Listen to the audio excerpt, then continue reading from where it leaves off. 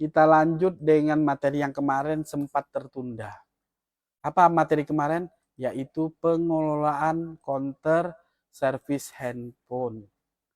Nah, kenapa ini penting? Kenapa ini juga saya sampaikan ke kawan-kawan?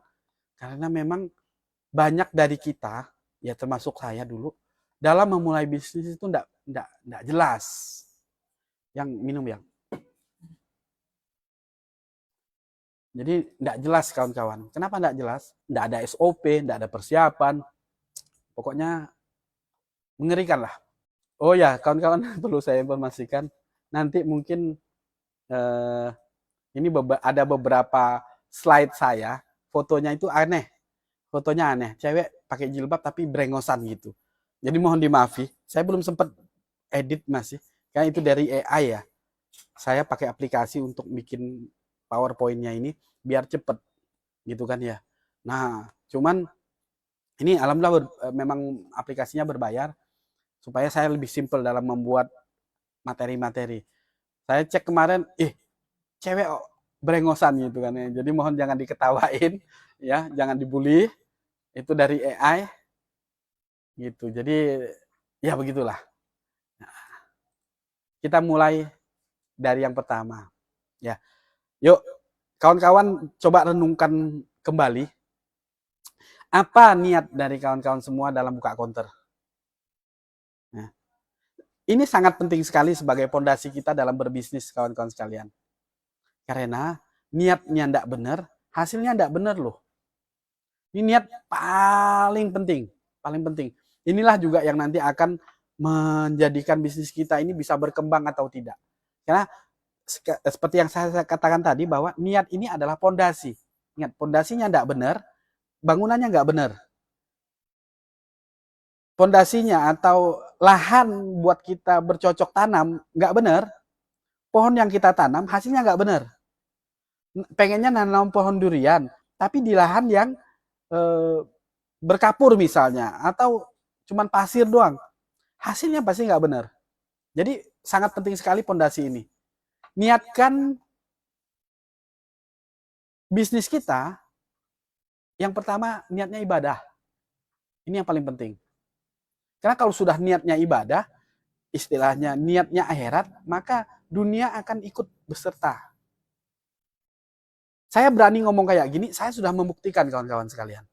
Ya, saya sudah membuktikan. Dulu di awal, jadi niat ini bisa kita koreksi, bisa kita reparbis ya, bisa daur ulang. Jadi kalau dulu niat kita buka counter itu bisa jadi nggak benar, yuk bisa kita tata ulang. Niatkan untuk ibadah. Apapun agama kawan-kawan sekalian, ini tidak pandang ya. Asal benar niatnya, memang niat ibadah, apalagi untuk kawan-kawan muslim, ya. Yang non muslim pun juga sama. Ya, niatkan ibadah coba. Maka dalam menjalani bisnis ini enteng. Apapun yang terjadi nanti, mungkin akan ada kerugian. Kerugian itu tidak akan jadi halangan. Gitu. Jadi yang penting niat ibadahnya ini di awal, ya niatnya sebagai bagian dari ibadah itu betul-betul kita mantapkan. Dulu saya buka counter hanya sekadar buka counter buat ngasih makan anak istri gitu, udah beres. Nah, sepanjang perjalanan banyak tuh masalah-masalah. Kehabisan modal, sepi, ya kan ya. Nombok handphone orang rusak dan lain sebagainya. Nah, jadi intinya ketika terjadi masalah-masalah, kalau niat kita tidak benar, gampang kecewa kita. Gampang kecewa. Gampang stres. Aduh, nombok nih. Aduh, harus ganti punya orang. Ya. Aduh, capek tapi nggak ada hasil dan lain sebagainya. Tapi kalau niatnya ibadah, ya saya ngerasakan setelah beberapa tahun ini, saya melakukan perubahan drastis terhadap diri saya sendiri. Ini betul-betul enak. Betul-betul tampak. Jadi apapun permasalahannya pasti adalah ya. Permasalahan saya karyawan sudah banyak. Ya. Permasalahannya dari karyawan yang malas lah, yang enggak tepat waktu lah, kurang disiplin lah dan sebagainya. Banyak. Tetapi karena niat saya ibadah, saya enteng aja tuh jadinya. Memang kesannya saya buat seolah-olah saya marah lah ya. Ya memang kita harus bisa mengkondisikan kapan kita terlihat marah, terlihat humble, terlihat ceria dan sebagainya di depan karyawan. Atau kalau kita masih mengelola counter sendiri, ya waktu saya di awal-awal, setelah saya rintis lagi dari awal, nah sangat enteng sekali menghadapi konsumen yang marah-marah. Ya ingat, kita kan lagi ibadah, masa ibadah kita juga pakai marah-marah kan? Nah ini di sini kenapa saya ajak kawan-kawan sekalian ya. Materi malam ini memang di luar servis, tetapi bagian dari kita dalam mencari duit lewat servis. Jadi yang kemarin-kemarin niatnya belum pas, kok masih banyak cobaan, tidak teratasi, pusing, berkepanjangan dan sebagainya, panadol terus, bodrek terus gitu kan ya. Ingat-ingat, niat kita udah benar belum? Bukan berarti saya udah benar lantas saya ini city mewah, sempurna. Oh, enggak. Tetap proses kawan-kawan sekalian. Ya. Jadi niatkan ibadah. Yang kedua, mencari ridho Allah. Jadi setiap apa yang kita lakukan, kalau Allah enggak ridho, contoh nih, ya sudah terkenal sejak zaman dahulu kala, sejak zaman Nabi Ibrahim, ya kan, teknisi itu kalau servis, ya teknisi yang di luar sana gitu ya, ada yang atau banyak yang tidak jujur. Yuk, kalau kita mau ridho Allah itu berlimpah atau mencucuri kita, ya ridho itu selalu dapat kitanya, ridho Allah itu selalu kita dapatkan, maka tadi aspek kejujuran kita jaga betul, ya. Nggak ada nih kita menzolimi konsumen dengan cara apapun, ya harga yang terlalu mahal mungkin, atau bahkan dari kebohongan, atau bahkan dari tidak tepat waktu. Jangan salah kawan-kawan, kita punya janji misalnya dengan konsumen, Mas, saya korektor saya atau handphone saya nggak bisa ngecas. Oh ya Pak, tinggal. Kapan jadi? Nanti sore. Oke, konsumen datang nanti sore, ternyata belum selesai. Gimana ridho Allah mau dapat? Kita tidak on time, tidak tepat janji dengan konsumen. Nah, sehingga kalau niatnya juga berdasarkan konsep mencari ridho Allah, maka akan sangat mudah bagi kita, enteng untuk menempati waktu, menempati janji kita kepada konsumen. Ini yang kawan-kawan harus perhatikan. Oke? Kemudian manfaat untuk umat. Nah, jadi kawan-kawan sekalian, kita nyervis handphone ini kan ya, niatnya bantu orang ya. Niatnya supaya kita ini bermanfaat. Tentulah berikanlah pelayanan semaksimal mungkin. Memberikan manfaat sebanyak-banyaknya kepada masyarakat. Ini yang kita camkan seharusnya ke dalam otak pikiran kita dalam memulai bisnis kita. Wah, ini aku biar jadi orang yang manfaat lah. Maka kenapa? Sebaik-baiknya orang, sebaik-baiknya manusia itu orang yang bermanfaat buat orang lain. Tentu poin nomor 4 ini juga ngefek. Niatnya apa? Nyari rezeki yang halal lewat bisnis ini. Jangan sampai kita melakukan kecurangan, zolim, tidak tepat waktu, nggak jujur, nggak amanah, dan lain sebagainya. Nah, hal-hal seperti ini yuk kita tata ulang ya kawan-kawan ya. Saya sudah merasakan sekali lagi, ini bukan sekadar materi biasa, tapi saya sharing apa yang pernah saya alami. Nah, untuk mendukung niat kita itu, tentulah kita harus betul-betul menguasai bidang kita. Jadi bukan hanya sekadar ecek-ecek, abal-abal. Dasar-dasar perbaikan handphone harus kita kuasai. Pengetahuan teknisnya, komponen-komponen. Nah, itulah dengan masuk ke kuantum ini, harapan saya, kawan-kawan itu sudah netepi istilahnya. Kalau bahasa Jawanya itu netepi, menepati, mengambil bagian dari apa yang harus kita lakukan sebagai seorang teknisi supaya niat tadi tercapai, niat tadi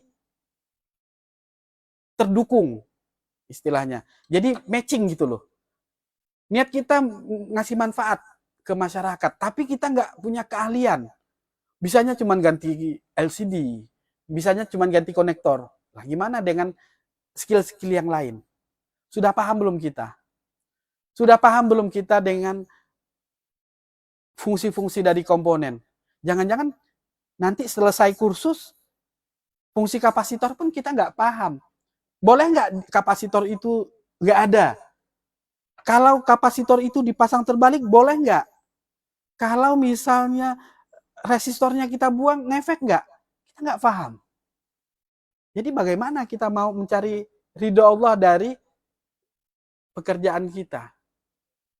Sehingga kawan-kawan sekalian, pengetahuan teknis yang kita pelajari di kuantum walaupun lewat online ini, yuk betul-betul kita seriusi, betul-betul kita maksimalkan untuk memahaminya. Jadi seorang teknisi yang seharusnya itu seperti apa? Ayo kita jadi seperti itu gitu loh. Teknisi tapi distribusi tegangan nggak paham. Sehingga apa? Yang terjadi nanti kita tidak sesuai dengan apa yang konsumen inginkan. Tidak memberikan manfaat, malah tambah merusak handphone orang. Orang bilang, bang, handphone saya rusak nih, mati. Ya kan? Handphone saya mati. Wah, karena kita tidak memahami teknis atau SOP perbaikan mati total. Yang terjadi apa? Tambah parah. Yang tadi awalnya cuma sinyal, mati total. Yang tadi cuma ganti, seharusnya cuma colokan casnya, malah konslet. Kenapa? Itu tadi, karena kita tidak menguasai pengetahuan teknis. Jadi kita betul harus pelajari betul ya komponen-komponen serta fungsinya. Pahami cara kerja. Oh, kalau Android begini, kalau iPhone begitu. Kalau IC antena switch ini fungsinya ini, RF fungsinya itu. Ya, PA begini cara kerjanya. Kalau dia short, efeknya begini. Di kelas ini kita wajib belajar. Jadi jangan disia-siakan. Jangan cuma muncul, Mbah, mau tanya, ini ada handphone masuk air. Saya harus ngapain? Saya tanya ulang, bos, selama ini yang dipelajari apa aja? Udah tahu, bos, SOP mati total? Udah tahu SOP kena air? Udah tahu SOP sinyal masalah? Udah tahu SOP restart? Udah tahu SOP boot loop? Udah tahu SOP mic, kamera, audio, dan lain sebagainya? Sudah tahu? Kalau belum tahu, belum paham, pelajari yang serius. Gitu.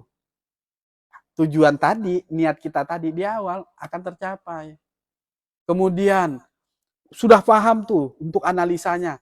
Ya kita pahami juga betul-betul gak kita bisa nyetak IC, masang IC sudah presisi belum, panasnya sudah masuk belum, feel-nya blower, feel-nya solder sudah masuk belum ke kita.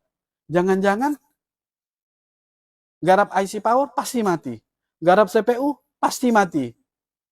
Bahaya itu bos, ya jangan. Nah, jadi betul-betul kita kembangkan, kita latih selama belajar ini. Jadi jangan merasa puas. Dan bahkan saya menyampaikan selalu kepada kawan-kawan yang belajar di sini, tempat belajar bukan cuma kuantum. Ya, YouTube 24 jam buka. Ya, YouTube 24 jam buka. Ayo, tonton YouTube. Apa yang kalian butuhkan dari sana? Ada tempat-tempat kursus lain. Oh, saya pengen upgrade ke Borneo Flasher misalnya. Khusus kelas iPhone. Silahkan, tidak ada masalah. Saya mau nuntut ilmu lagi ke Alpha 2000, khusus iPhone 20 juta, siapkan. Nggak masalah. Gitu. Jadi keterampilan-keterampilan ini harus dilatih. Boleh dikatakan keterampilan praktis kita ini, itulah yang kita sebut dengan jam terbang. Kalau jam terbangnya sudah tinggi, ya otomatis tangan kita jadi. Cetak ulang IC 1 kali. Saya ngelihat tuh, ada channelnya YSC, mungkin dari China sana ya. Nyetak IC itu hitungan berapa, 1 menit 2 menit nggak sampai. Ambil cetakan, tempel, oles, ya panasin, nggak sampai 2 menit. Ya, jadi dilatih terus. Jangan konternya sepi, main PUBG. Konternya sepi, nonton drakor. Konternya sepi, ngapain? Main lidi, ya, atau main lolo. Nah, jadi manfaatkan waktu sepi konternya, nggak ada kegiatan, belajar, latih skill cetak ulang, latih angkat pasang komponen yang saya tunjukkan di video-video praktek kita. Kendala, tanyakan, gitu. Lalu yang ketiga, ya, yang pertama tadi pengetahuan teknis, yang kedua itu keterampilan praktis, yang ketiga alat dan perlengkapan. Pelan-pelan, nggak harus buka pakai blower Sugon atau Quick 861 DW, jangan. Pelan-pelan, beli yang murah. Belum ada anggaran, beli blower yang kayak gini.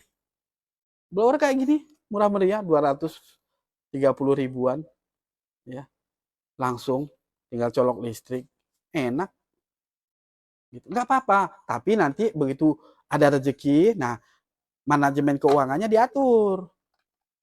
Handphone jadi 100 ribu, 50 tabung untuk beli peralatan. Atau diwajibkan sehari harus nabung 50 ribu. Nanti sebulan dapat 1,5 juta, ganti blower. Ya, bukan ganti ya, tambah ya. Tambah blower, tambah power supply, di-upgrade alat-alatnya. Nah, jadi multitesternya yang maksimal, obengnya ya, obengnya cari yang obeng elektrik gitu. Cetakan nanti beli yang Mijing, yang cetakan IC satu set itu 2,5 juta. Wah, kan keren banget tuh. Saya juga pengen tuh. Lagi nabung saya. Jadi saya pun juga melakukan hal yang sama kan kawan. Ya. Nah, seperti itu. Jadi yuk kawan-kawan sekalian, ya harus kita lengkapi tadi 3 hal ya sebelum kita atau bahkan sambil jalan nggak apa-apa. Oh ya, itu mereka berangkat pakai apa? Suruh pakai mobil nggak apa-apa, kan hujan. Udah berangkat. Oh, loh, kenapa nggak pinjam mobil? Cahyo? Oh, Andi? Oke, kawan-kawan sekalian, itu ya tadi ya. Apa tadi? Jangan sampai lupa, analisa kita harus dikuatkan, eksekusinya dimantapkan, peralatan dikerenkan gitu. Bukan hanya sekadar keren ya kawan-kawan. Peralatan yang keren itu juga mendukung skill kita. Gimana kita mau nyetak IC yang cepet, bagus, hasil, tapi blowernya kadang panas, kadang enggak, kan gitu. Nah, seperti itu. Baik, berikutnya yaitu ya, untuk meraih ridho Allah, maksimal juga hasilnya. Ini ada beberapa aspek juga yang harus kita perhatikan. Hukum dan perizinan. Walaupun ini tidak begitu penting. Saya sendiri ya paling cuman izin LPK saja yang saya ada. Kalau izin konter nggak perlu lah. Pendirian usaha dan sebagainya. Ini kalau kita sudah pengen maksimal, pengen bikin service center gitu, ya pendirian usahanya, ya CV atau PT ini harus ada, izin usahanya harus komplit, izin lokasi, ya IMB, jangan sampai ilegal kan gitu ya. Buka servis tapi di atas trotoar kan gitu, ngawur. Ya, ini hanya pelengkap ya. Pajak, saya nggak bayar pajak kan kawan ya. Saya nggak bayar pajak. Oke? Nah, ini poin penting juga. Seandainya kita sekarang sudah terlanjur buka servis di rumah, nggak masalah. Di kos-kosan, nggak apa-apa. Banyak kawan-kawan peserta yang dia nyervis itu dari kos-kosan. Ya. Yang paling penting, kalau memang kita pengen terjun secara maksimal, ya, terjun secara maksimal, nih, secara accessibility, ya, carilah lokasi yang gampang dijangkau. Kalau mau yang pro loh ya, tapi kalau yang biasa-biasa, enggak apa-apa dari rumah, enggak masalah. Banyak alat pendukung yang membuat dari rumah pun nanti orang akan nyerbu kita. Banyak.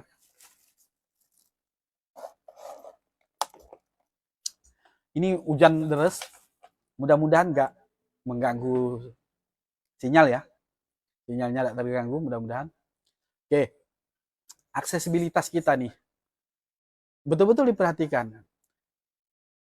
Kalau kita buka usaha, yang mana tempat atau lokasi usaha kita ini kurang begitu rame, kita akan ngos-ngosan, kita akan capek.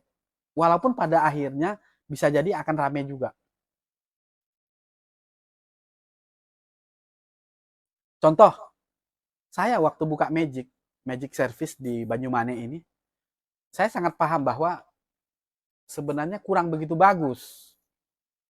Tetapi saya masih ngeyel. Ya sudahlah, namanya usaha gitu kan, pasti suatu saatnya. Jadi tinggal kuat-kuatan hati saja, kuat-kuatan mental. Karena tempat kita tidak begitu familiar, maka kita akan cukup lelah dalam memaksimalkan supaya konten itu menjadi rame, supaya penghasilannya menjadi maksimal. Cukup lelah. Tapi ya, kalau sudah terlanjur, enggak apa-apa. Kecuali kawan-kawan yang sudah mau buka baru nih ya. Nah, aspek aksesibilitasnya ini harus diperhatikan. Kemudian nih, ada yang poin nomor 2. Hindari lokasi yang berdekatan dengan tempat maksiat atau aktivitas yang bertentangan dengan syariat Islam. Nah, ini bagi kita. Bukanya di lokalisasi. Ya bagus sih. Rame kan ya. Saya dari dulu tuh ada pernah cita-cita, bukan cita-cita, pengen tuh buka konter di daerah Sunan Kuning, Semarang itu. Sunan Kuning itu lokalisasi kawan-kawan. Tapi sudah ditutup. Ya, sudah direlokasi juga.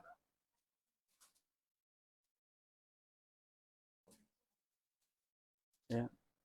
Padahal di sana, cuman dikhawatirkan kenapa? Ya, kesesuaian syariatnya ini dikhawatirkan kita tidak bisa menahan diri, ikut-ikutan. Karena pelanggannya nanti mbak-mbak, mbaknya itu yang seksi-seksi ya, kita tergoda. Nah, jadi lebih lebih cenderung maksiatnya jadinya daripada ibadahnya ya. Nah, jadi patut diperhatikan.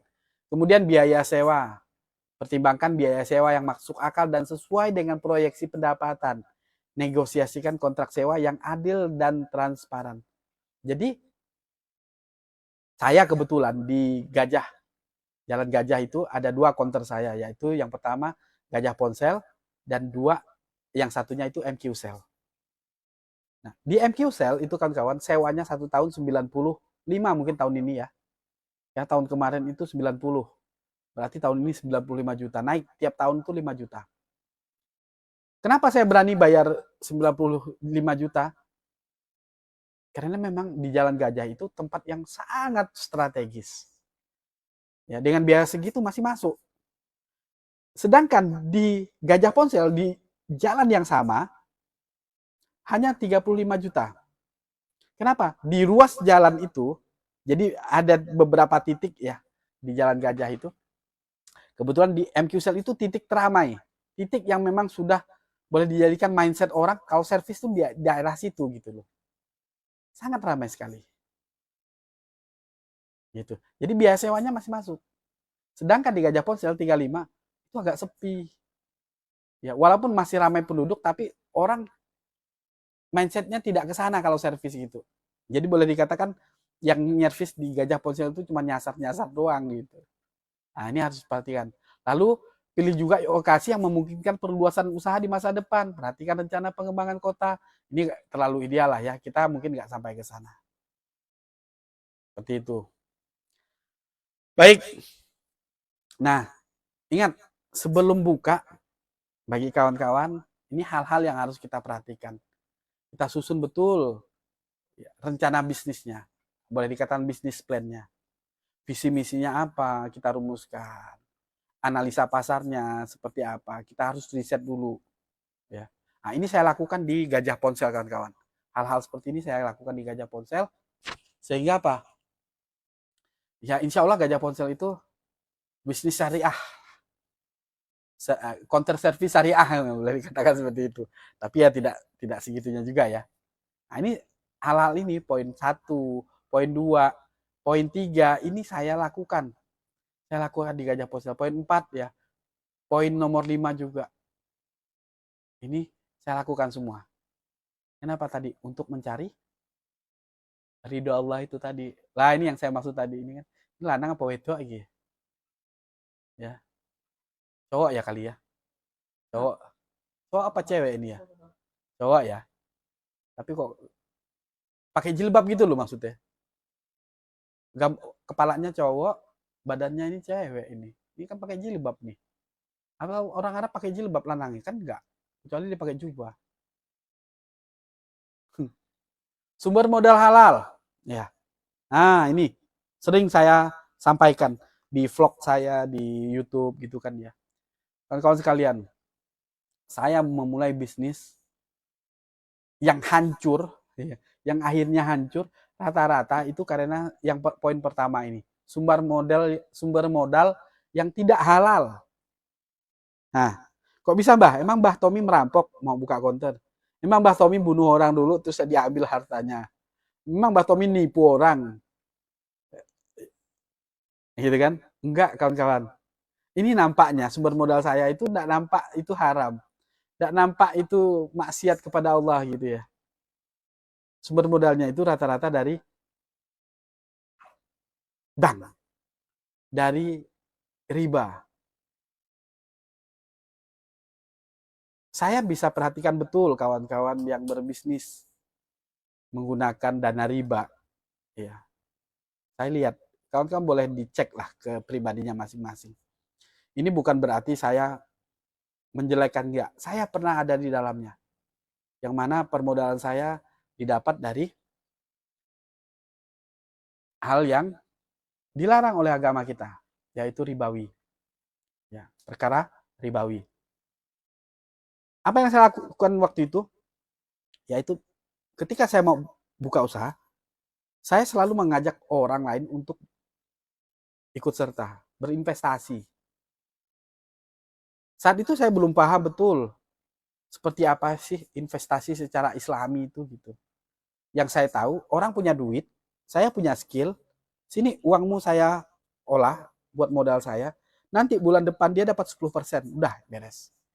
Seperti itu. Itu yang saya lakukan sejak awal berbisnis. 4 kali saya bangkrut di Jogja, di Pontianak, di Tuban, di Jakarta, terakhir di Semarang ini. Di kelima, hampir juga. Dan rata-rata akadnya seperti itu. Orang punya duit, sini duitmu, aku kelola, investasi istilahnya. Nanam saham judulnya. Padahal betul-betul itu tidak syar'i. Kenapa? Kenapa? Karena akad yang saya lakukan dengan mereka ini sebenarnya bukan investasi sebenarnya, tetapi hutang. Sedangkan hutang dalam Islam itu tidak boleh ada tambahan pengembaliannya. Utang 1.000 ya bayar 1.000, utang 1 juta ya bayar 1 juta, utang 1 miliar ya bayar 1 miliar. Tidak ada, oh ucapan terima kasih, dikasih tambahan. Ya riba namanya. Oh enggak enak dong, yang namanya orang kan namanya minjamkan duit, dia mau dapat untung. Loh, kalau mau dapat untung, bukan utang piutang judulnya, tetapi jual beli. Lakukan jual beli saja beres.